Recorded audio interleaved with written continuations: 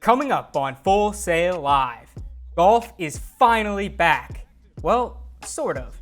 We take a look at the good, the bad, and the ugly of the match part 2. And spoiler alert, Tom Brady was just about all of those on the golf course. So settle in because Full Sail Live starts now. Hello everyone and welcome to Full Sail Live. I'm Josh Laskowski here at the Medalist Golf Club in Southwest Florida, where Tiger Woods, Phil Mickelson, Peyton Manning, and Tom Brady just wrapped up a highly entertaining golf match. And although I never thought I would be saying those words in my life, I can't be more excited to have just said them. Because in a time where we are all starved for sports, those four athletes just gave us something to cheer for. When Tiger and Phil met for the match part 1, it didn't quite go as expected. Phil said, quote, "We clammed up." Well, that didn't happen this time. We pick up the action here at the par 3 fourth hole with Tiger and Peyton one up, and Peyton hits a beautiful iron shot, playing a nice right to left draw, ends up about 25 feet from the hole. Next up is Brady, and he had a little extra incentive to hit the green. Tom, it's Chuck. If you hit the green, I'm going to give $25,000 out of my own pocket. Let's see if Tom can come through like he always does on the football field, and he cannot. That ball misses way right. Brady would continue missing shots to the right all day long, but it wasn't all bad for Tom. His fourth shot here on the par 5 7th hole, and it was, well, Tom terrific.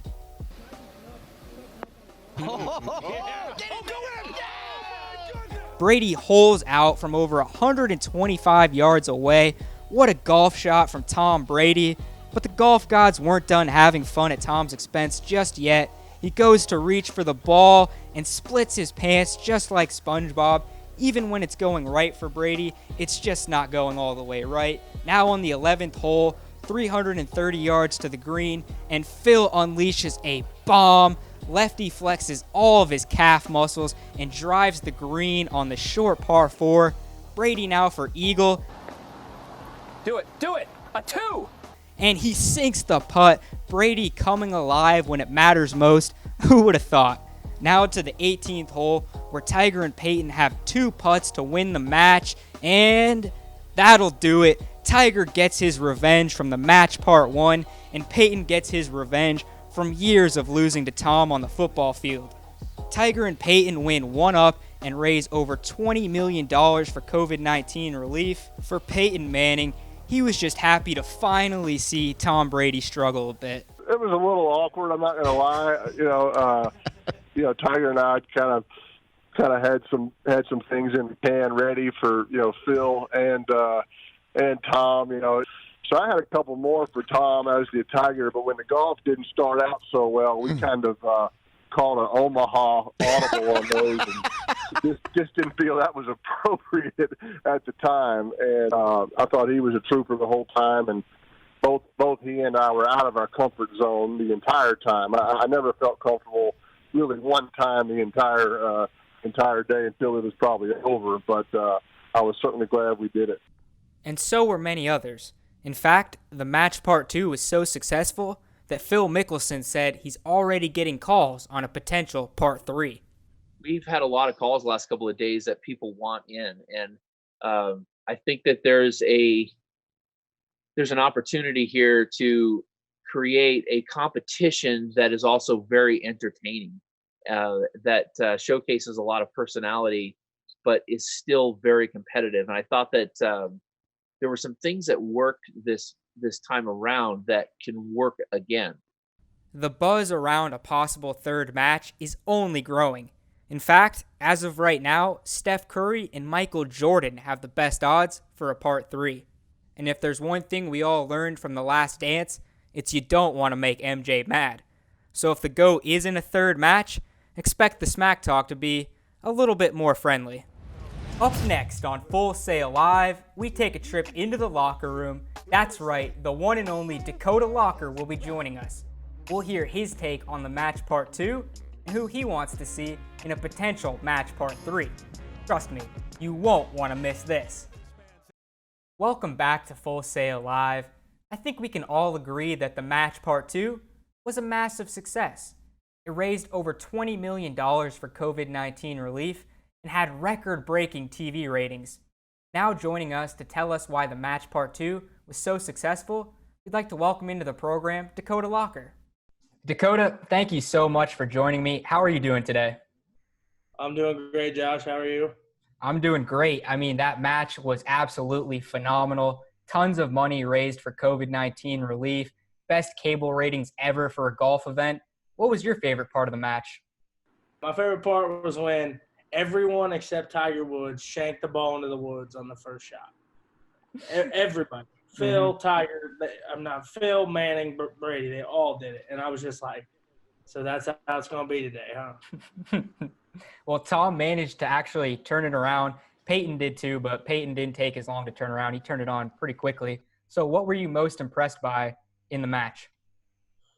I was most impressed by Tom Brady's bounce back after the first 9, he had that hole out on hole 6, I want to say. 7, hole 7. 7.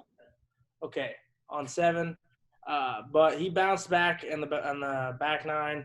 Coming from a guy who's won 6 Super Bowls, I did not expect him to come back the way he did after struggling and mumbling curse words and all this other stuff you could hear on the front 9.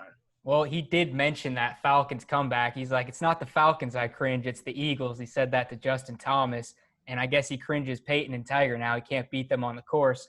But there's a lot of talk about a potential the match part 3. Phil Mickelson said on our guy Dan Patrick's show that he's already getting calls for a potential third match. So who would you want to see in a dream scenario in a third match? So obviously Tiger and Phil. Mm-hmm. Those two. Those two are, yep. I would like to see Tony Romo on this action. Mm-hmm. I think Tony Romo is a really good golfer. He's a really good personality. I think he'd be great. Another guy would be, besides Manning, I would like to see Jake Owen. Jake Owen's a very good golfer. Very underrated, good personality. But I think if I had to pick a dream one, it would be Romo and Mickelson against Manning and Woods. Well, you just added with the Jake Owen. You mean Jake Owen's really good friends with Jordan Spieth. Now maybe we get Jake Owen and Jordan Spieth versus Tony Romo and Justin Thomas. We got all sorts of potential matches to come. Dakota, thank you so much for joining me. We'll bring you in soon, okay? Sounds good. Have a good one. Thank you. Still to come on Full Sail Live, we take an inside look at some of the groundbreaking technology being used in some of sports' biggest events. So stay tuned for more Full Sail Live right after the break. Welcome back to Full Sail Live. Happy to have you joining me. I want to take a little bit of time to talk about Hawkeye. And no, I'm not talking about Marvel's Hawkeye, the absolute last Avenger the world would ever want to save it. I mean, come on, all the guy does is shoot arrows. Should he even be an Avenger? All right, okay, I'll stop there. The Hawkeye I want to talk about is Hawkeye Technologies, one of the most innovative pieces of tech being used in sports broadcasts. Hawkeye is a computer system used in numerous sports to visually track the trajectory of the ball.